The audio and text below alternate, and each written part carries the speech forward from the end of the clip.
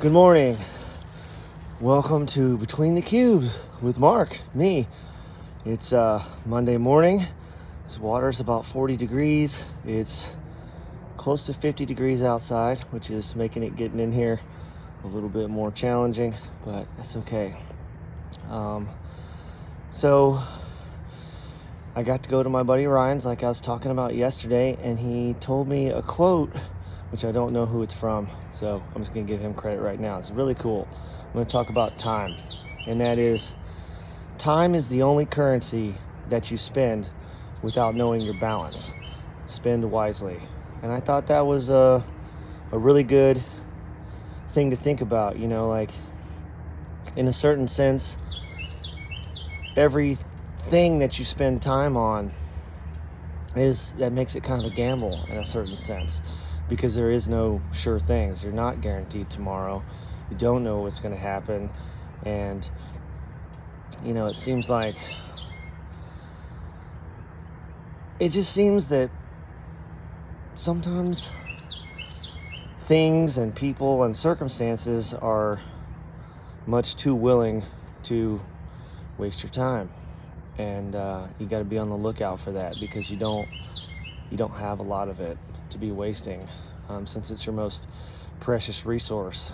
And I also started thinking about, I spent a lot of time talking to my kids, and the crew hears it from me at work all the time, that paying attention, like, you're never going to have an opportunity or a circumstance in your life where you wished you paid less attention, ever. You're never going to have an opportunity where you're like, man, I wish I paid less attention a minute ago, or an hour ago, or a day ago. It's not a real circumstance. And the thing is, when it comes to paying attention, you always pay for it. It's just a matter of whether you pay for it in the present or you pay for it in the future, where it costs a lot more with interest. So pay attention. It will always help you. It's one of those practices, kind of like being in this ice bath. It's not always pleasant. It takes work. It's annoying. You're going to notice things that are annoying, but paying attention all the time and maintaining a high degree of just situational awareness about the things going on around you are just going to be a force multiplier for your daily success. So I wrote down some stuff about if any military guys are still on here with me. I always talk about the OODA loop, and I think like everybody knows it from my military days, but not everyone does. So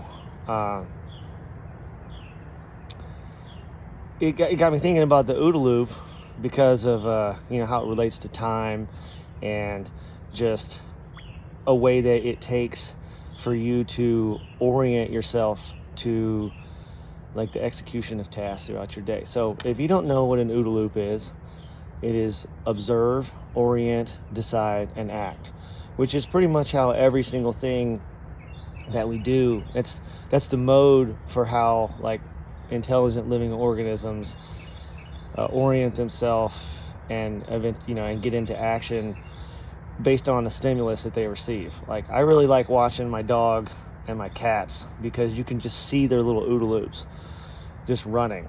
So what's important about an OODA loop? Why am I talking about an OODA loop in this ice bath this morning? Well,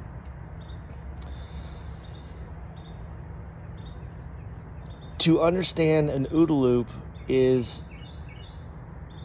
how to understand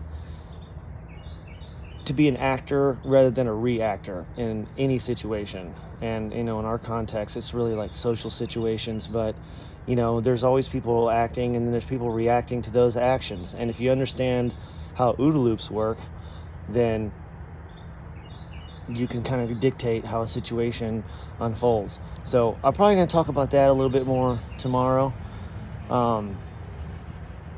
But happy Monday. Let's get out there. Let's get after it. Get motivated to take care of yourself. Be a force multiplier for good, and have a great start to your week. So, and with that, I'm starting to shiver, and it's at 5 minutes. So thanks for watching. Between the Cubes with Mark. I'll see you guys tomorrow.